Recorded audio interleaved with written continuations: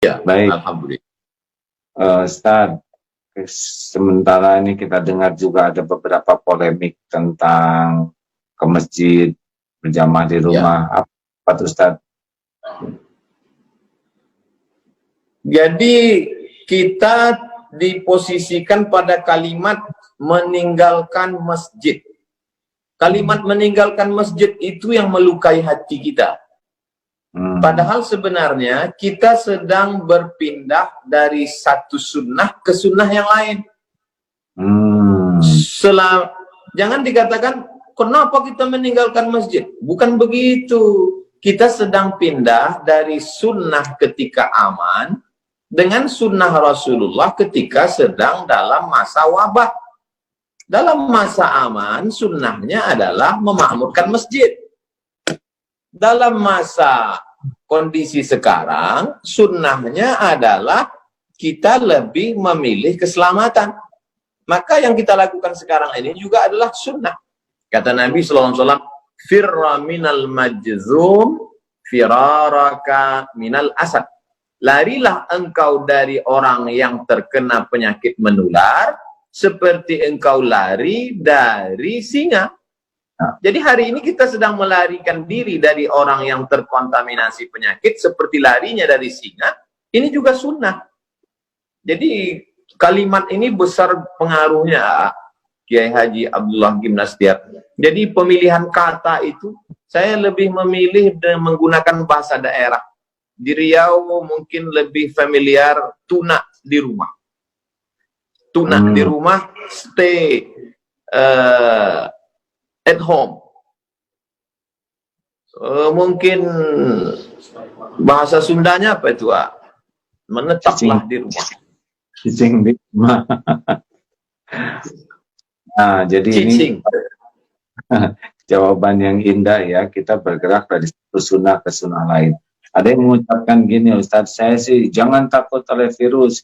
Kami tidak takut oleh virus, tapi takut kepada Allah, sehingga tetap memaksakan untuk ke masjid. Bagaimana pendapat Ustadz tentang perkataan itu? Kami tidak takut ke virus, kami hanya takut ke Allah. Itu satu sisi ada sombongnya. Kita bisa masuk dalam takbur.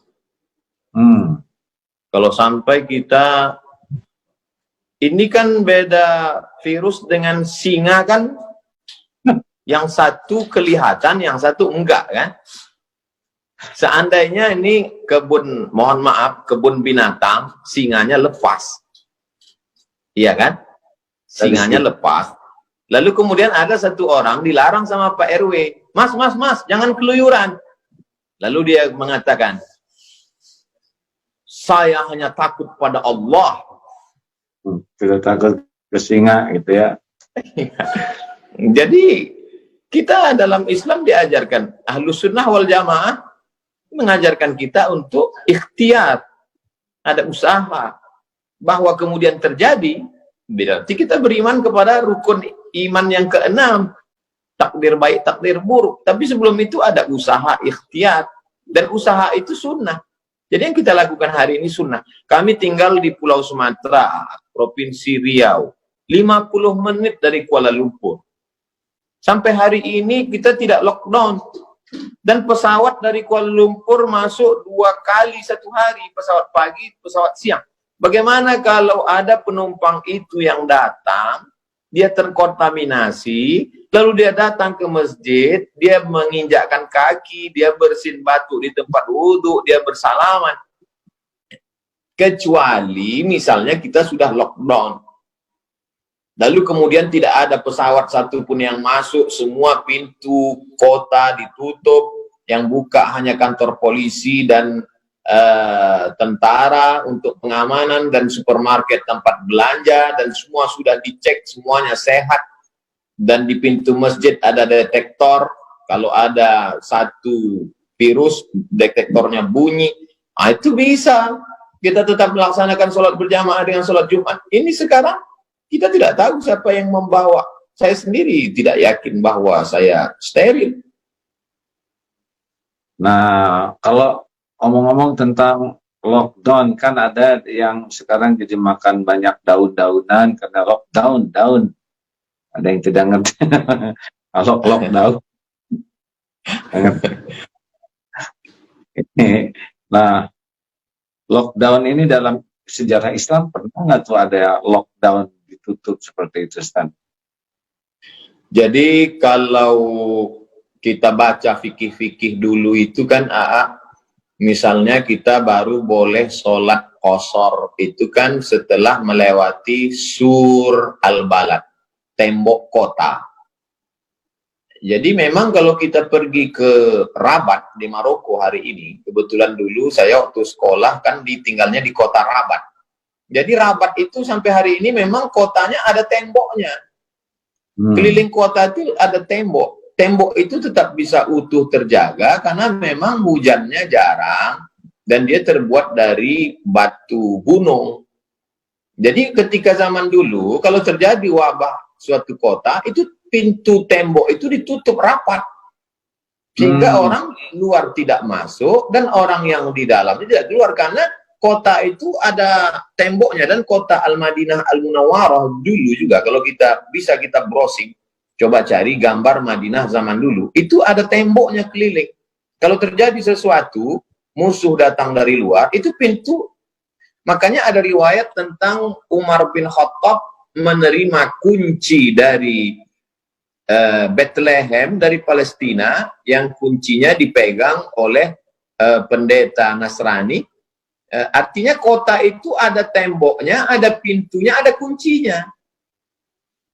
Jadi ketika lockdown, ya tinggal tutup pintu aja. Kalau sulit menggambarkannya, tonton film Troy.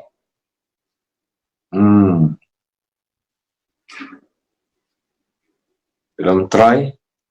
Ya, jadi, kebayang. Ini sudah pernah terjadi juga yang seperti ini, jadi tidak. Ya. Ustaz, jadi zaman dulu ketika terjadi sesuatu, mereka tinggal lockdown aja, tutup pintu kota, orang luar nggak boleh masuk, orang dalam nggak boleh keluar, selesai. Cuman kita sekarang kan ada kereta api, ada bis, ada akses jalan banyak. Jadi zaman dulu mereka lebih mudah untuk lockdown. Iya. Baik. Alhamdulillah. Selanjutnya nih pertanyaan, enak paling enak bagiannya satu sama ya. Saya waktu di Batam, Ustadz habis-habisan nanya saya nggak bisa berkelit. Sekarang Ustadz harus jawab ya, janji. Terima kasih. Lalu Ustadz nih, ini kan antara keyakinan ada Jabariyah, ada Qadariyah, ada Ahlussunnah wal Jamaah. Sekarang ini bisa kelihatan nggak yang berpaham Jabariyah atau mereka semau-maunya saja pindah-pindah keyakinan ini? Yang selama ini mengaku Ahlus Sunnah, mulutnya berkata Ahlus Sunnah, justru sekarang bisa kelihatan dia Jabariyah. Artinya tidak ada, ya udah terserah aja lah, mau mati matilah. Kalau Ahlus Sunnah tidak begitu. Ahlus Sunnah Allah kasih kita ikhtiar, Allah kasih kita al-kasbu, ada usaha. Kalau Qadariyah ekstrim, dia berkata tidak ada takdir. Tapi saya sampai hari ini masih ada ikhtiar usaha. Andai terjadi juga, disitulah kita baru bisa berkata, dari mulut kita berkata qadarullah, ini sudah takdir Allah SWT.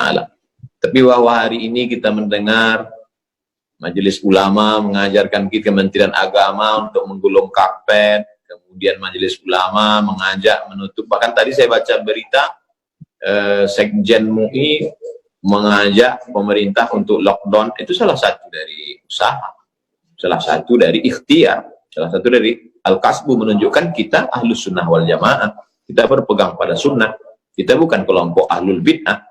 Ahlul Bid'ah waktu itu kan Jabariyah, Murji'ah, Qadariyah, Syiah, Mu'tazilah, keluar dari Ahlus Sunnah. Kita berpegang kepada sunnah Rasulullah SAW.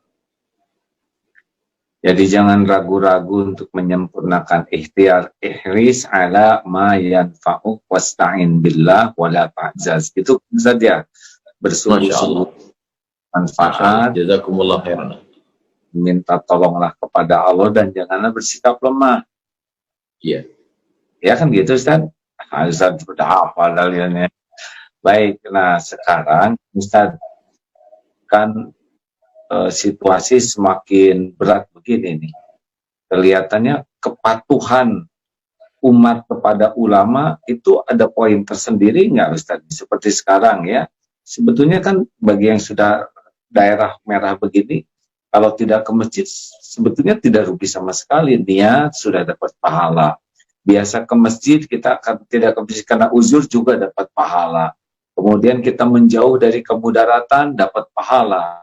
Tidak mencelakakan orang lain dapat pahala. Patuh kepada ulama juga pahala. Jadi sebetulnya luar biasa dalam keadaan begini kalau kita betul-betul pakai hati dan kejernihan berpikir. Gimana menurut Ustaz bahwa ya kita ke majelis ulama tuh ada poin khusus tidak tuh? Kita beragama ini bukan ikut perasaan, tapi berdasarkan ilmu. Makanya la ilaha illallah di awal ayatnya fa'lam. Fa'lam. Itu kasihan. Fa'lam berilmulah. Ada ilmunya. Fa'lam annahu la ilaha illallah. Berilmu tentang la ilaha illallah. Makanya tadi saya tunjukkan kitab 50 sifat. Jadi Imam Al-Qusairi melarang orang uzlah kalau tidak punya dua ilmu. Ilmu akidah, ilmu fikih. Kalau hanya modal nekat uzlah, nanti di tempat uzlahnya dia tidak selamat dari godaan setan. Bisa-bisa keluar bukan menjadi orang bersih hati, malah jadi dukun. Jadi kalau nggak punya akidah yang benar, tidak punya fikih yang benar, uzlah hasilnya jadi dukun ya.